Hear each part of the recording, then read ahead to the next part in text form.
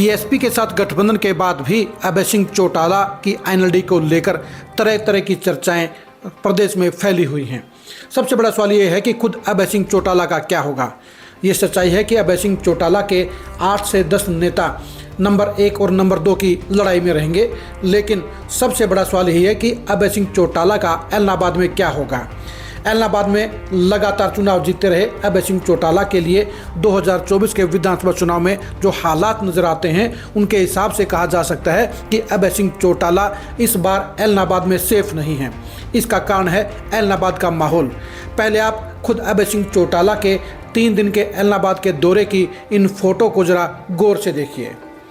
ये फोटो इस हकीकत को बयान कर रही है कि अभय सिंह चौटाला के 20% प्रोग्रामों में अच्छी खासी भीड़ है, यानी जैसी पहली भीड़ होती थी वैसी ही भीड़ है। लेकिन 80% कार्यक्रमों में भीड़ काफ़ी कम है, यानी अभय सिंह चौटाला के प्रति एलनाबाद में क्रेज कम हो रहा है। उनके जनसंपर्क कार्यक्रमों में लोग कम आ रहे हैं और यही उनके लिए खतरे की घंटी है। एलनाबाद के बाई इलेक्शन में 2 साल पहले अभय सिंह चौटाला ने 66,000 वोट लेकर अपनी सीट बचाई थी। उन्होंने किसान आंदोलन में इस्तीफा देकर किसान हिमायती होने का सबूत दिया था, लेकिन उन्हें अपनी सीट बचाने में पापड़ बेलने पड़े थे, बेहद परेशानी हुई थी। राकेश टिकैत जैसे नेताओं का उनको साथ लेना पड़ा था और उसके बावजूद भी वो महज 6,000 वोटों से चुनाव जीत पाए थे। उपचुनाव में बीजेपी को 60,000 वोट मिले थे और कांग्रेस को सिर्फ 20,000 वोट मिले, उसकी जमानत जब्त हो गई। लेकिन लोकसभा के वर्तमान चुनाव ने बता दिया है कि बाजी पलट गई है। लोकसभा चुनाव में एलनाबाद हलके में कांग्रेस की कुमारी शैलजा को लगभग 75,000 वोट मिले हैं और बीजेपी को लगभग 47,000 वोट मिले हैं। वहीं आईएनएलडी के प्रत्याशी महज 17,000 वोटों पर सिमट गए हैं। यानी एलनाबाद विधानसभा के उपचुनाव में जो इनेलो टॉप पर खड़ी थी, वो इनेलो नंबर 3 पर आ गई है और जमानत जब्त हो गई है और उसे एलनाबाद से महज 17,000 वोट मिले हैं। आपको ये बता दें कि विधानसभा के 2019 के चुनाव में अभय सिंह चौटाला 57,000 वोट लेकर विजयी रहे थे और उन्होंने पवन बेनीवाल को लगभग 12,000 वोटों से हराया था। वहीं कांग्रेस के बरसिंह बेनीवाल 35,000 वोटों पर रहे थे। अब सवाल ये उठता है कि इनेलो का जो वोट बैंक कांग्रेस की साइड में खिसक गया है, क्या वो इनेलो के साइड में वापस आएगा? तो जाहिर सी बात है, ऐसा होना पूरा मुमकिन नज़र नहीं आता है। ये सही है कि लगभग 50% वोटर जो बीजेपी के खिलाफत में आईएनएलडी से खिसक कर कांग्रेस में चले गए थे, वो वापस अभय सिंह चौटाला के लिए वापस आ जाएंगे। लेकिन 50% वोटों से अभय सिंह चौटाला की जीत पक्की नहीं होती, क्योंकि आप देखिए कि आईएनएलडी को जो 17,000 वोट मिले हैं, तो उसमें अगर कांग्रेस को मिले 75,000 वोटों में से आधे जोड़ दिए जाते हैं तो लगभग 37,000 वोट वापस आईएनएलडी में जाएंगे।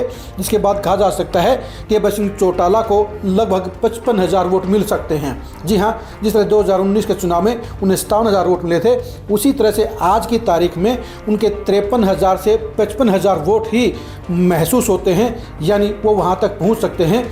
लेकिन इतने वोट जीत की गारंटी नहीं है, क्योंकि बीजेपी ने लोकसभा चुनाव में 47,000 वोट लिए हैं, जो 2019 के विधानसभा चुनाव के लगभग बराबर है, जिसमें उसे 45,000 वोट मिले थे।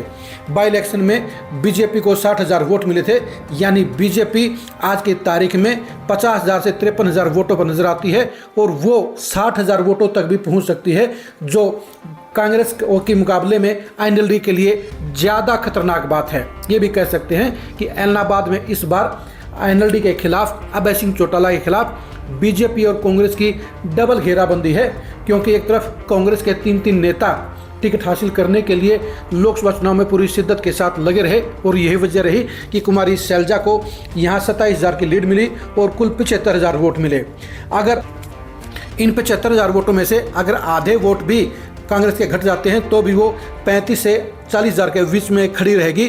वहीं बीजेपी नंबर 2 पर है, यानी जहां एक तरफ कांग्रेस का माहौल अभय सिंह चौटाला के लिए सिरदर्दी बन गया है, तो वहीं पर बीजेपी के संभावित प्रत्याशी कप्तान मीनू बेनीवाल भी अभय सिंह चौटाला के लिए टेंशन बन गए हैं। यानी डबल घेराबंदी के अंदर अभय सिंह चौटाला फंस गए हैं। सबसे बड़ी बात यह है कि अभय सिंह चौटाला की पार्टी का ग्राफ पहली बार जनता के सामने बेहद गिरा हुआ है और पार्टी के सत्ता में आने के आसार नहीं हैं, और ऐसे में अभय सिंह चौटाला के लिए खुद अपनी सीट बचाना सबसे बड़ा चैलेंज नजर आ रहा है और इसलिए उन्होंने 3 दिन अपने हल्के के कार्यक्रम करके उन्होंने नब्ज टटोलने का प्रयास किया, उन्हें माहौल भांपने का प्रयास किया, लेकिन ये 3 दिन के प्रोग्रामों ने बता दिया कि अभय सिंह चौटाला के लिए ऐलनाबाद में फिलहाल कोई क्रेज नहीं है।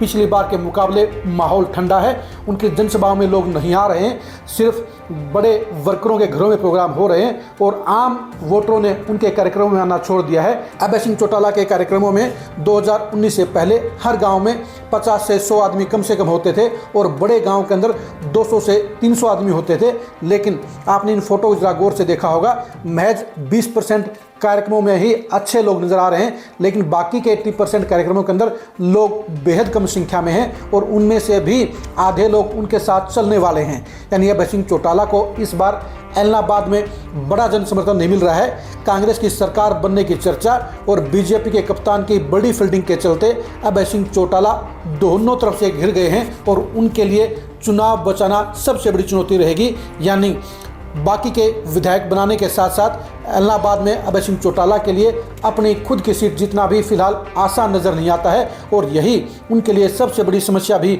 साबित हो सकती है। ऐलनाबाद में अभय सिंह चौटाला कप्तान और कांग्रेस प्रत्याशी के बीच होने वाली ट्रायंगल फाइट के अंजाम को जानने के लिए आप खरी खरी न्यूज़ के साथ बने रहिए। अभय सिंह चौटाला के ऐलनाबाद में सबसे महत्वपूर्ण और अहम चुनाव के अंजाम को जानने के लिए भी आप खरी खरी न्यूज़ के साथ बने रहिए। अभय सिंह चौटाला के खिलाफ कांग्रेस के प्रत्याशी के दमखम को जानने के लिए भी आप खरी खरी न्यूज़ के साथ बने रहिए। ऐलनाबाद सीट पर बीजेपी के कप्तान मीनू बेनीवाल के पहले सियासी संग्राम का रिजल्ट जानने के लिए भी आप खरी खरी न्यूज़ के साथ बने रहिए। आप हमारे फेसबुक पेज को फॉलो कीजिए, आप हमारे यूट्यूब चैनल को सब्सक्राइब कीजिए। नमस्कार।